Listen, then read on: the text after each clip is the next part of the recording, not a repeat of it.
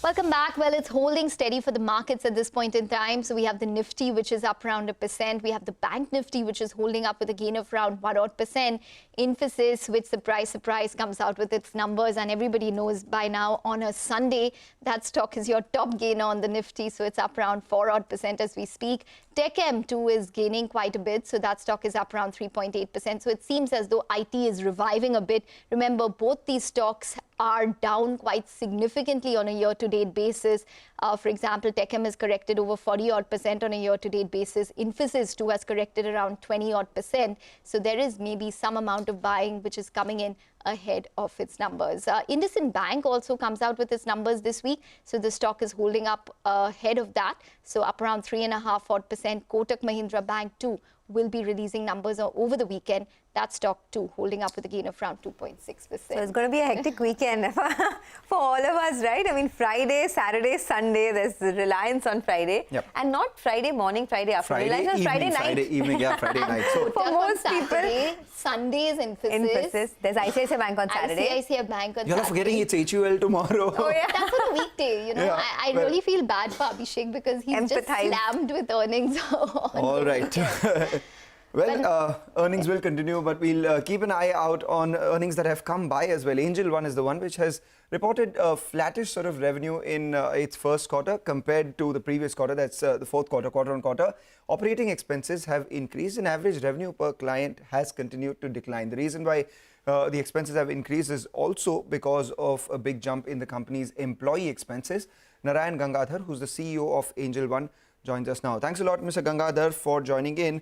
I'm looking at a couple of things here. You know, you've increased your hiring, especially in the digital platform. Secondly, cash market volumes are down because of market volatility. And client additions per quarter also have reduced quarter on quarter from the average of 0.4 to 500,000. It's come down to around 0.3 million. So with all these factors taking place, what are your thoughts on business going forward? Will you see more client additions? And the number of people that you're hiring, will they lead to higher revenue for you? Yeah, so first of all, thank you for having me on the program, and very happy to be here. So let me first start by saying that, look, our strategy is to gain market share. Okay, we are currently one of India's largest brokers, and this quarter we have a total client base of about 10.4 million. And that is the largest, if not one of the largest, one of the largest players today in the market. Now, if you look at the business outlook, right? We ended this quarter with a total market share of about 10.6% in NSE active clients, which grew by about 50 basis points. And in addition, we also have 18.4% market share in incremental NSE active clients, which is a growth of about 5% from quarter over quarter. Now, in terms of order volume, as you rightly said, we are seeing a slight decline. It's not a very big decline. We are seeing we did about 207 million orders this quarter, whereas last quarter we did about 211 million orders. So long story short is that's a 2% drop. Right? What we see is with the 13 million, with the 1.3 million clients we added in this last quarter, we are continuing to gain market share today in our, in our sector. And our goal is to be at the pole position in the market for a longer period of time. So our product strategy is to continue investing in technology, build the right kind of journeys on our product platforms, and continue to onboard the next wave of clients. Now, you also made a point about our operating expenses. But see, if you look at our business, we are aiming to run the business within a 45 to 50% OPM.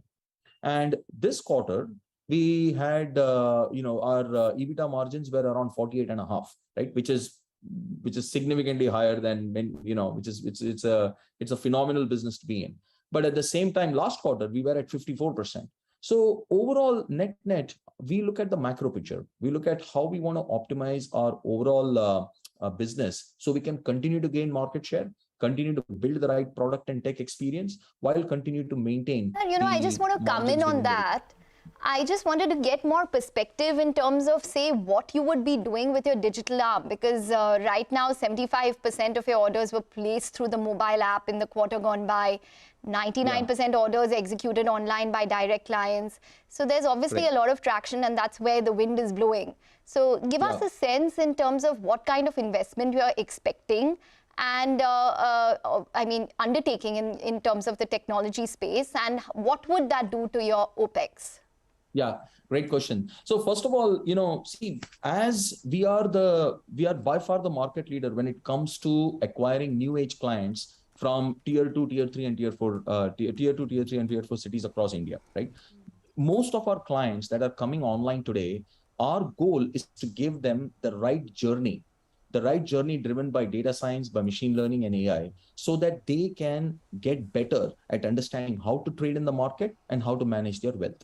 So a lot of our overall product and tech strategy is focused on building the right product experience, giving the right kind of stability in the platform.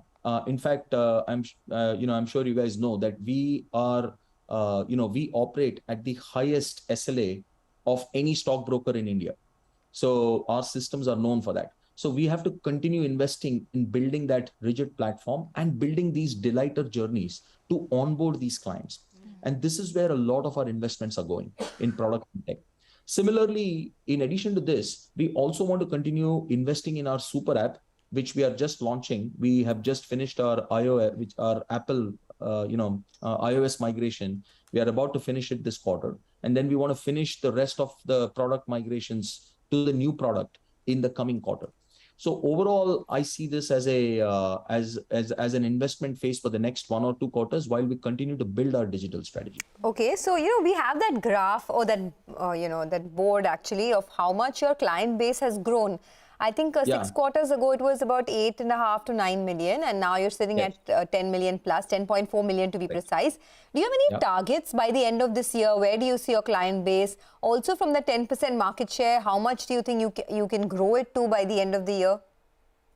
Yeah, see, what we see, right, is that overall the growth in markets have been kind of muted just because of the macroeconomic climate. Now, if you look at incrementally in terms of new clients coming in, we are today number 1. We are adding the most number of new clients coming onto the exchange, right? And both by active and inactive measures. Now, if you look at where we want to be, we don't give any forward-looking guidelines, but we want to continue maintaining this trajectory. And we want to continue maintaining our investments in digital acquisition. We want to continue maintaining our investments in our revenue efforts. We want to continue maintaining our investments in product and tech. So, if the current run rate is any indication, I would only expect the run rate to accelerate in, especially in Q3 and Q4 as the market headwinds settle down, client addition, but what we don't see is average revenue per client increasing. In fact, a few quarters ago, it was close to 593. Now it's standing at around 453. There's been a secular decline out there. At the same time, you've switched to the flat fee as against pro rata. Right. There has been a lot of competition from other discount brokerages as well. Where does this average revenue per client go from here? See, that's a great question. Okay, so first of all, we are in a mass commodity segment right now. Okay, and as we continue to acquire more and more clients, a lot of these clients are new age customers. Our majority of our clients are between the age of 25 and 30. This is our current active client base. And if you look at what these customers truly want out of the platform, they're currently just teething the system. They're just learning how to use the system, how to play, they're learning about the market, they're learning about different products and such, and different instruments that are available for them to manage their wealth. So obviously there is a period of, there is a cooling off period for the first 2 quarters when these folks get used to and acclimated to the system. So longer term, however, when I look at the lifetime value of the same customer, it only continues to increase, and we have a lot of data that that support it. So our strategy is we continue to acquire these customers, we continue to curate them, and then over a period of time, we are optimizing for lifetime value. Now, this ARPC data is just a limited time, and it's a snapshot of one point in time. But for building a healthy business, you got to see the customer trend over a period of a few years. And this is where we are optimizing for. We are optimizing for the longer term journey. And as more and more clients continue to come into the system, as we scale our platform, I expect both these trends to continue. You know, the overall volumes to go up, the business numbers to get stronger, while improvements in lifetime value will continue to come. Okay, all right. That point is taken. Thanks very much for joining in and speaking with us. So it just speaks volumes about how much the market has expanded, considering that your target base right now, a maximum number of clients, is between that 25 to 30-year age group.